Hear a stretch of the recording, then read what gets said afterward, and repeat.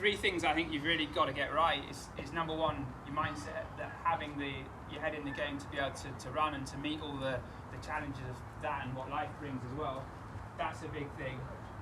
The injury prevention side of things, there's no point doing all this running if you break down every 5 seconds, staying strong, having a body, especially for you guys running marathons, putting all the mileage in, that's a huge big thing.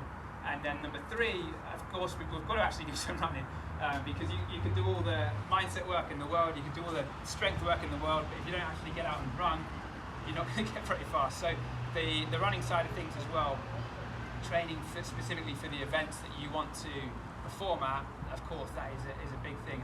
Warm-up wise, usually 3 steps. I find, again, this a decent jog just to get moving, a series of movement drills, and then some fast strides after. I mean, raise your hands if that is to some extent what your warm-up looks like at the moment. Anyone?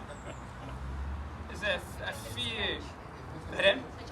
A jog and a stretch. Okay, so there's a few of you. So warm-up, some great benefits of that it gets you ready to run physically, gets you ready to run mentally, and it helps to avoid to reduce the risk of injuries, which is exactly what those 3 things we were talking about before. Okay. All feeling a little bit better, loosened off a little bit? Perfect. Okay, so that's part 1 of the warm-up. So we've got part 2 and 3 to come. So we're going to do next part, rather than just kind of static stretching, we're actually running.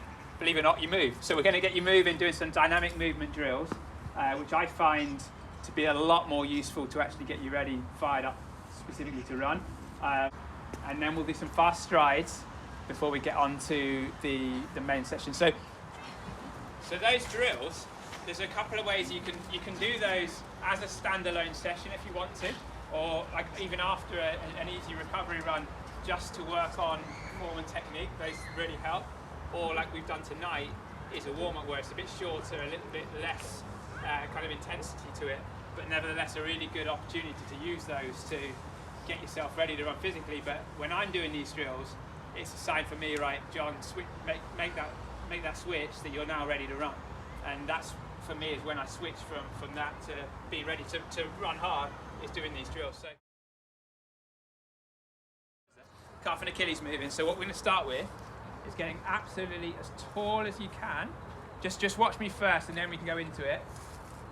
I'm just going to do tiny little toe walks where you're taking your toe up as high towards your shin as you can and driving into the floor. And what you will find is this really gets your Achilles, which for me is quite often a tight area. So it's a nice one to loosen out, and then you'll feel it right up in your calf. And you're just taking tiny little steps.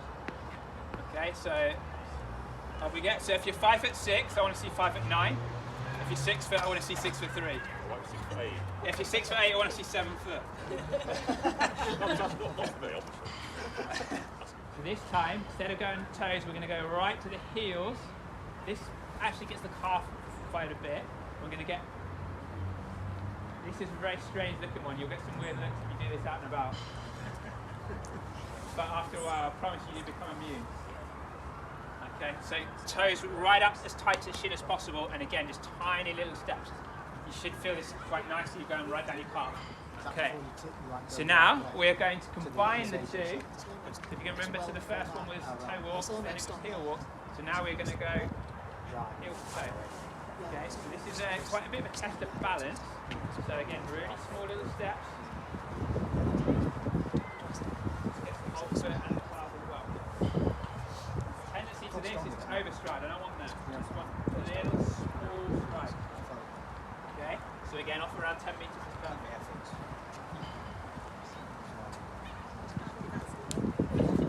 Very tall. I want to see 7 foot. So we're going to just pick things up a little bit speed-wise. So now again, good one to really get the feet and ankles working. So what we're going to do here, so I'll show you first, is just get on the spot first. Just fast little ankle movements into the floor. Okay, as imagine you are pressing a button on the floor with your heel. Okay. What it's not is easily confused as it's like your fast feet drill that you sometimes see with footballers.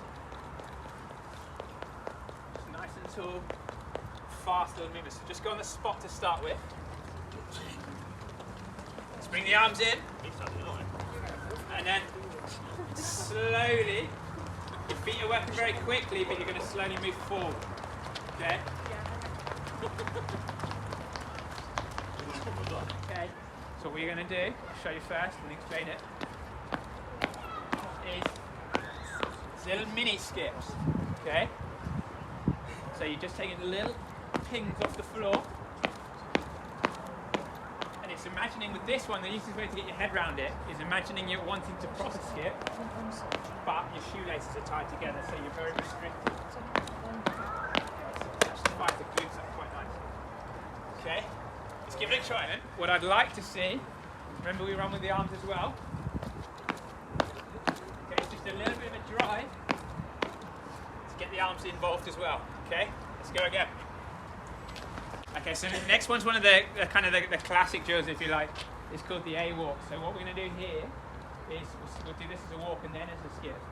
Is we're going to walk, take the heel up to the bum, round and down, up, round and down, round and down.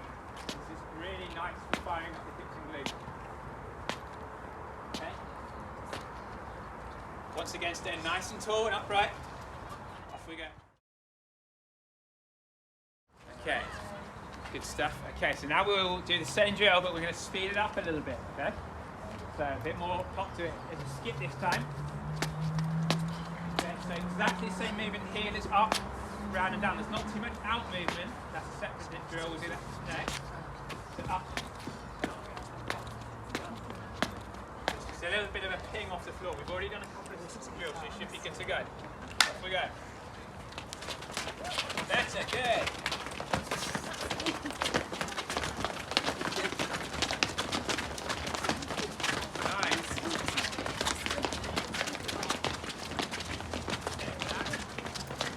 This is technically called a B skip. I like to call it kick the door down. So what we are literally is just imagine you're going to kick a door down. So kick out like this. And with this, subtle difference is that you are kicking the door down. You're not booting a football. Okay?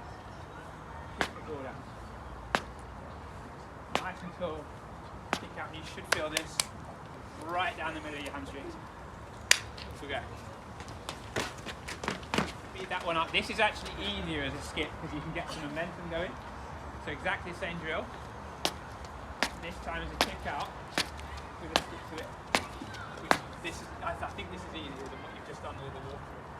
Okay, off we go, but still really working nicely on hamstrings. Going on here. This is a nice one to finish with. Is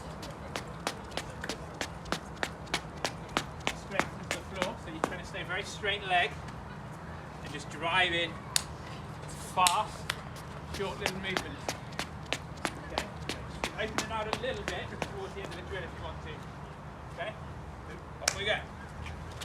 Now, before we start the session, it's just getting you ready to run with some final kind of icing on the cake of the warm up. We'll do a few strides. So, what I would like to do with this is around sort of 80-90 meters. So probably from here. Round towards where the end of the nets are, something like that. I would normally do 3 strides, starting at kind of like a 7 out of 10, and just each one is a little bit faster. Not flat out sprinting. That first couple of minutes or that first rep isn't like, oh god, this feels awful. Which has anyone ever had that when you've been doing training? Yeah, it's like things like doing this properly really helps to reduce or eliminate that. Okay, so at your own pace, not racing. Just nice sort of 7, 8 out of 10 effort, just striding round towards where those nets are. Warm up is done, so now the fun bit we actually get to do the main session. But we are going to do the Fartlek's 20 minutes, so we're going to do 2 times 90 seconds fast, 90 seconds steady, 4 times 60 seconds fast, 60 seconds steady, 4 times 30 seconds fast, 30 seconds steady, 4 times 15 seconds fast, 15 seconds steady. Okay, so especially at the second half, there's a lot of pace changes. And